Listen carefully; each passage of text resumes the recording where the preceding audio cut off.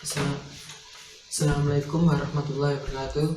Kami dari kelompok 3 yang beranggotakan Hadita Zulfikar Nurul Hasanah akan mempresentasikan tentang Pancasila dalam kajian sejarah masa prakemerdekaan sampai pasca kemerdekaan.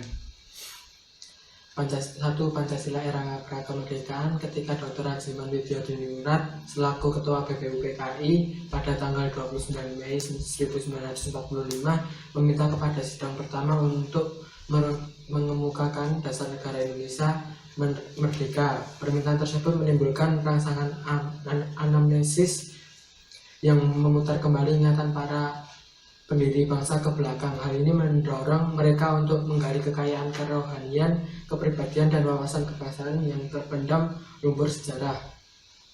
Pada sidang pertama, Mr. Muhammad Yamin mengusulkan calon rumusan dasar negara Indonesia, yakni 1. Peri kebangsaan, 2. Peri kemanusiaan, 3. Peri ketuhanan, 4. Peri kerakyatan, 5. Peri kesejahteraan rakyat.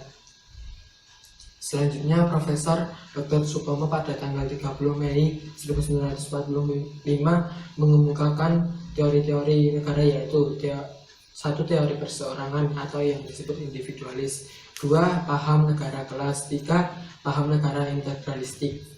Kemudian disusul oleh Insinyur Soekarno pada tanggal 1 Juni 1945 yang mengusulkan 5 dasar negara, yaitu 1. Nasionalisme atau kebangsaan Indonesia, 2. Internasionalisme atau peri kemanusiaan, 3. Mufakat atau yang disebut demokrasi, 4. Kesejahteraan sosial, 5.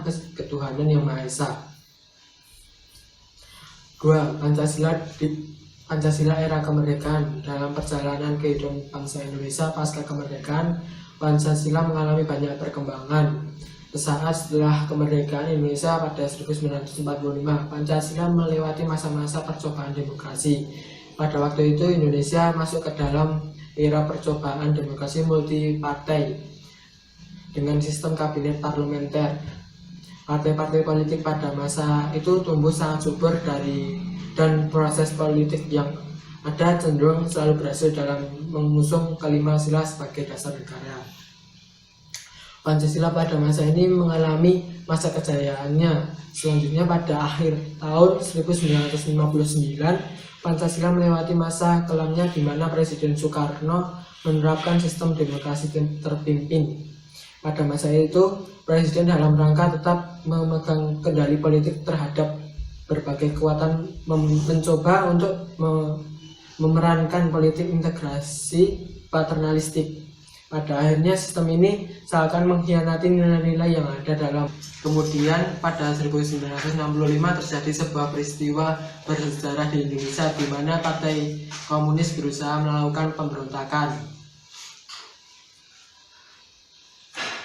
Pada 11 Maret 1965, Presiden Soekarno memberikan wewenang kepada Jenderal Soeharto atas Indonesia. Ini merupakan era awal Orde Baru di mana kemudian Pancasila mengalami mistifikasi. Pancasila pada masa itu menjadi kaku dan mutlak maknanya. Pancasila pada masa pemerintahan Presiden Soeharto kemudian menjadi Corvallis yang pada akhirnya kembali menodai nilai-nilai dasar yang sesungguhnya terkandung dalam Pancasila itu sendiri. Pada 1998 pemerintahan Presiden Soeharto berakhir dan Pancasila kemudian masuk ke dalam era baru, yaitu era demokrasi hingga hari ini. 3. Pancasila era Orde Lama. Terdapat 2 pandangan besar terhadap dasar negara yang berpengaruh terhadap munculnya dekret presiden. Pandangan tersebut yaitu mereka yang memenuhi anjuran presiden pemerintah untuk kembali ke Undang-Undang Dasar 1945 dengan Pancasila sebagaimana dirumuskan dalam Piagam Jakarta sebagai dasar negara.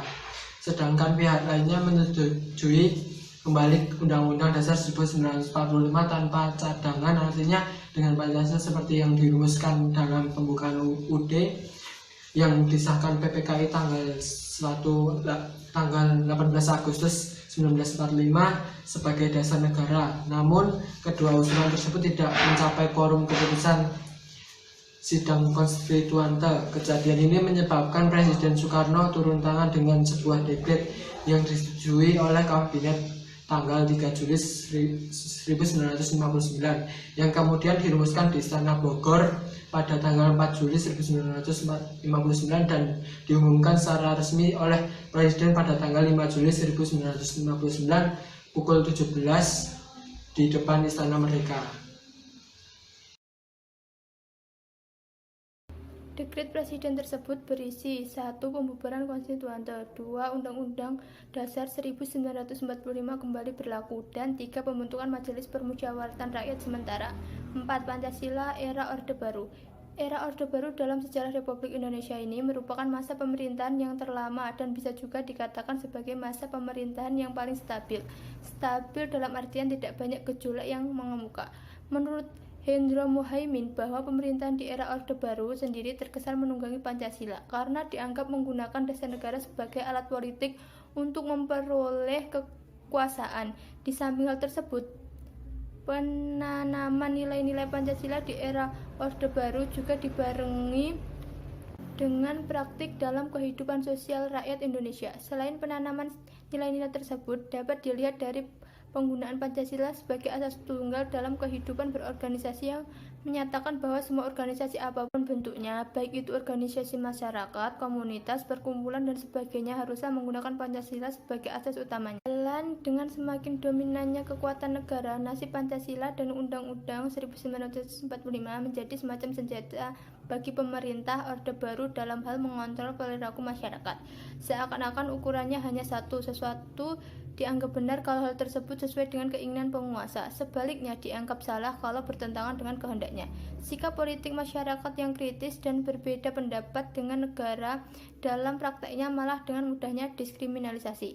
Pada Orde Baru, sebagai era dimanis-maniskannya Pancasila, secara pribadi Soeharto sendiri seringkali menyatakan pendapatnya mengenai keberadaan Pancasila yang kesemuanya diberikan penilaian setinggi-tingginya terhadap Pancasila. Ketika Soeharto memberikan pidato dalam peringatan Hari Lahir Pancasila 1 Juni 1967. Dalam pidato tersebut, Soeharto menyatakan Pancasila sebagai tuntunan hidup, menjadi sumber tertib sosial dan sumber tertib seluruh kehidupan, serta merupakan sumber tertib negara dan sumber tertib hukum. 5. Pancasila Era Reformasi. Era Reformasi dimulai dengan pergantian presiden dari Soeharto ke B.J. Habibie yang mulanya berperan sebagai wakil presiden. Kepemimpinan tersebut dimanfaatkan untuk mereformasi segala tatanan pemerintahan terdahulu. Langkah-langkah yang diambil oleh B.J. Habibie yaitu 1. Membentuk Kabinet Reformasi pada tanggal 22 Mei 1998. 2. Memperbaiki sistem ekonomi dengan menaikkan nilai tukar rupiah dan rekonstruksi perekonomian nasional. 3. Mereformasi bidang politik. 4. Mengeluarkan Undang-Undang Nomor 9 Tahun 1998 tentang kemerdekaan menyatakan pendapat di muka umum. 5. Menyelesaikan masalah dui fungsi ABRI. 6. Mereformasi bidang hukum. 7. Mengadakan sidang istimewa MPR untuk membuat ketetapan-ketetapan baru. Memahami peran Pancasila di era reformasi, khususnya dalam konteks sebagai dasar negara dan ideologi nasional, merupakan tuntunan hakiki agar setiap warga negara Indonesia memiliki pemahaman yang sama dan akhirnya memiliki persepsi dan sikap yang sama terhadap kedudukan, peranan, dan fungsi Pancasila dalam kehidupan bermasyarakat, berbangsa, dan bernegara. Semenjak ditetapkan sebagai dasar negara oleh PPKI pada 18 Agustus 1945, Pancasila telah mengalami perkembangan sesuai dengan pasang naiknya sejarah bangsa Indonesia. Di era reformasi ini, Pancasila seakan tidak memiliki kekuatan mempengaruhi dan menuntun masyarakat. Pancasila tidak lagi populer seperti pada masa lalu. Elit politik dan masyarakat terkesan masa bodoh dalam melakukan implementasi nilai-nilai Pancasila dalam kehidupan berbangsa dan bernegara.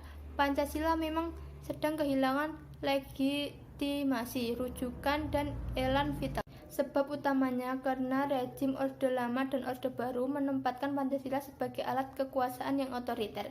Terlepas dari kelemahan masa lalu sebagai konsensus dasar dari berdirinya bangsa ini, yang diperlukan dalam konteks era reformasi adalah pendekatan-pendekatan yang lebih konseptual, komprehensif, konsisten, integritas, sederhana, dan relevan dengan perubahan-perubahan yang terjadi dalam kehidupan masyarakat, bangsa, dan negara.